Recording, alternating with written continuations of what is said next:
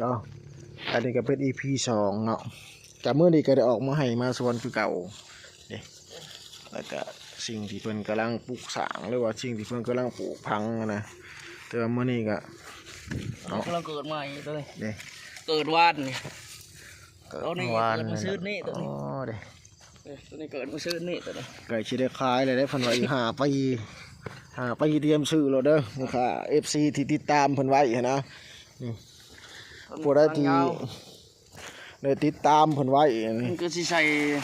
ใบไม้ใบตอกพกไว้เป็นปุ๋ยธรรมชาติเพิ่นว่าเนาะละลายเอาอีกมันปุ๋ยธรรมชาติเพิ่นว่าอันหน่อไม้ผู้ใดสนใจติดต่อไว้โลดอีก5 ปีขายให้นี่ได้ไปขายแน่นอนโลดอยู่ตลาดจะได้ก็ได้ขายแน่นอน5 ปีนี่อันนี้เป็นหมูปูไอ้ตัวนี้ด้วยกล้วยก็ได้มาแล้วปูไอ้นี่วันบอกคือหมูไงของเขาหน่อยๆยาวันอันนี้มันว่าเรื่องว่าธรรมชาติกล้วยมือนางลูกชอดนะชอดมือนางกล้วยป่ากล้วยไห่เอิญเนาะสมัยบ้านเฮาเอิญอีก3 ปีติด3 ปีเป็นกกเผาติดต่อมาได้กกเผาน้ำหอมสนใจสั่งซื้อ3 ปี3 ปีเผาไฟสนใจสั่งซื้อรถ3 ปีตอนนี้นี่อีก4-5 เดือนเขาหลักเงินกล้วยธนีได้เลย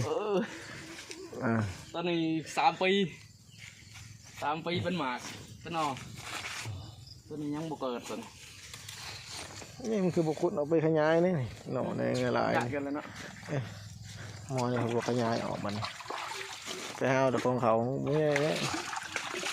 อันนี้จะเป็นน้ำเนาะน้ำจะเป็นเจาะมาเองพอก็ต้องช่วยหนา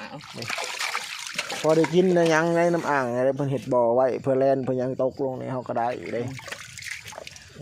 โกบุกเพชรเพิ่นแล้วนะถ้าก็เป็นหมากไว้มือนี่โกบุกเพชรก็ห้าก็เป็นหมากปลูกปีกายนี่ห้าก็เป็นหมากปีนี่ถ้าก็สื่นเลยการเฮาบริใบหรือยังคือสิบ่ได้นะกันแล้วซะคนนึงก็ม่วงนะปลูกปีกายตัวนี้ปลูกปีกายถึงก็ถ้าได้ใช้ปุ๋ยได้เกลือตัวนี้ก็ม่วงอันนั้นม่วงมันม่วงใหญ่เนาะม่วงมันม่วง3 ฤดูเนาะเดี๋ยวความหวานจะไปแต่เดี๋ยวจะได้กินเลย2 ปีอีก2 ปีเงินมาซื้อเอาเลยเด้อรบคำหวานหนาสวรรค์มาแล้วมาปีนเอาโลกับโมเดลนอกในนาปันในดอกรถไปกับเที่ยวทางอยู่นี่คือว่าอีก20 ปีกำแพงอ้อมใหม่10 อันนี้5 ปีได้แทงน้ำใช่ก็จะเป็นปีด่าจะได้เห็ดแทงเลยไปฮื้อจะได้วางคออันนี้ก็ว่ากล้วยตัวนี้ก็5 ปีขาดวิตามินนี่จอยแห้งบ่ได้สักยาให้ก็อย่างงั้นจอยแห้งเนาะ5 ปี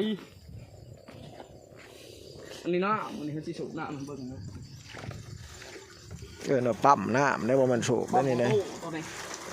อยากเปิดตัวใดด้วยเป็นมาเห็ดเลยออโต้ด้วยตัวนี้ด้วยนี่เลยออโต้ตัวนี้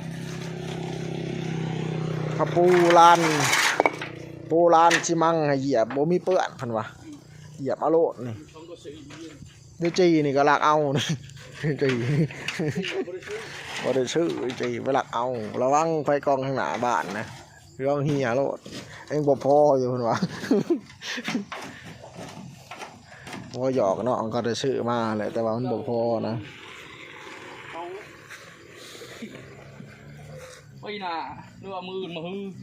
สิซื้อปูนใส่ล้างรถมาก่อมันเบิดจีใช่ก่อนบ่